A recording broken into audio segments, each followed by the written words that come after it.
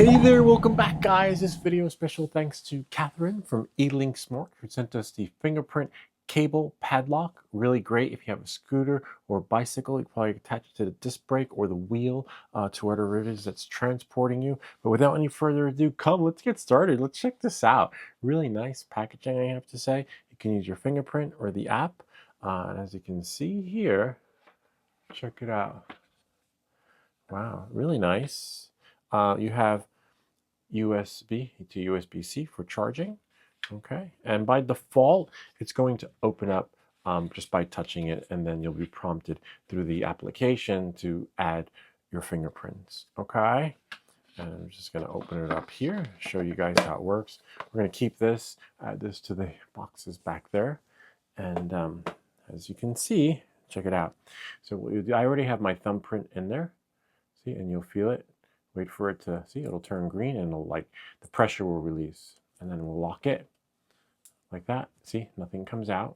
And then you can add your fingertip, right? And wait for it, see, and it's green. And I also added my pinky just in case I stop somewhere to eat and I have, I don't know, maybe Cheeto fingers or something, or greasy French fry hands, or avocado dip.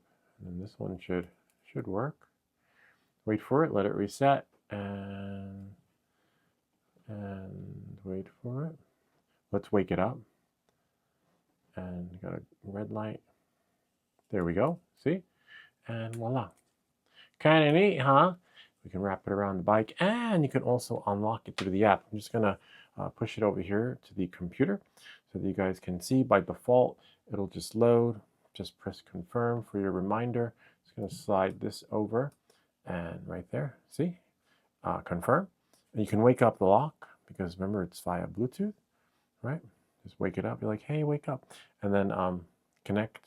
Click to connect. And now, of course, Bluetooth must be on, so you got to make sure Bluetooth is on the phone. And now that Bluetooth is on, it should connect. Just wait for it. Let's wake it up and connect. There we go. Take a little bit of time. And voila, now we can unlock it. Kind of neat, huh?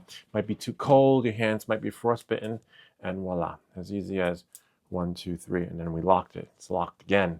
And again, we can also add fingerprints just by pressing fingerprint management. Remember, wake up the lock because, hey, it's sleeping. And then wait for it, see? Now we're here, and we clicked on here, in case you're wondering. Fingerprint management, see? And then we can add a fingerprint. We can probably add maybe my other finger. I'll do left, T-H-U-M-B, M-B, and not N-B, but M-B. There we go. Add fingerprint. Please press the fingerprint on the fingerprint lock. There we go. See? Please record again. Please record again. Similar to the iPhone experience. Please record again. Please record again. Entry successful. Voila. And then we'll just back out of it, let it reset, and then now that should work. Sometimes you might have to quit the app. Nope, guess not. Voila. Kind of neat. Whoops, don't break your stuff. Kind of neat, huh? And now it's ready to be used in a real world scenario. So come. I have to say this lock is really convenient and simple to use.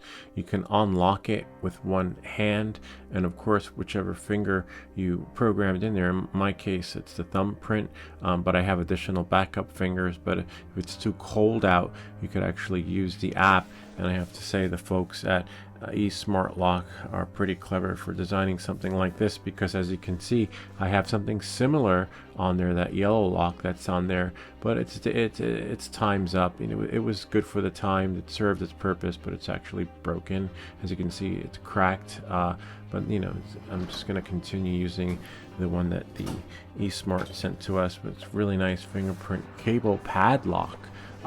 You know, just for those short errands. I don't recommend leaving it on the sidewalk, you know, for hours. You know, if you're going to be in the store for 5 minutes and in a suburban area, you know, you can lock it, and ideally you want to put it on the brake line or the wheel so that no one can ride away with it. And similar experience on the bicycle. I'm just going to zip up my bag and go into the store and get some snacks for later. But as you can see, as easy as 1, 2, 3. Just going to use my thumbprint to undo the lock.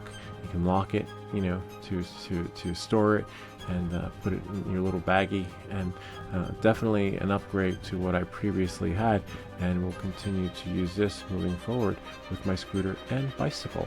Kind of neat, huh? Keeping your wheels secure while you go in and maybe grab something to drink.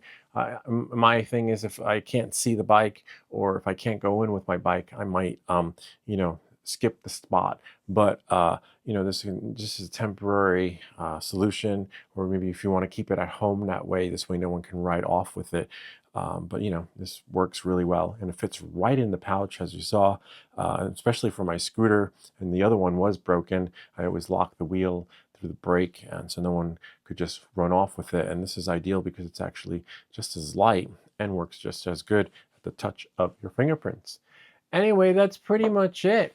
Kind of neat, huh? You gotta love it. I hope that this video helped you. If you have any comments or questions, feel free to leave them down below, or ideas for other videos. Remember to like and subscribe, and we'll see you all next time.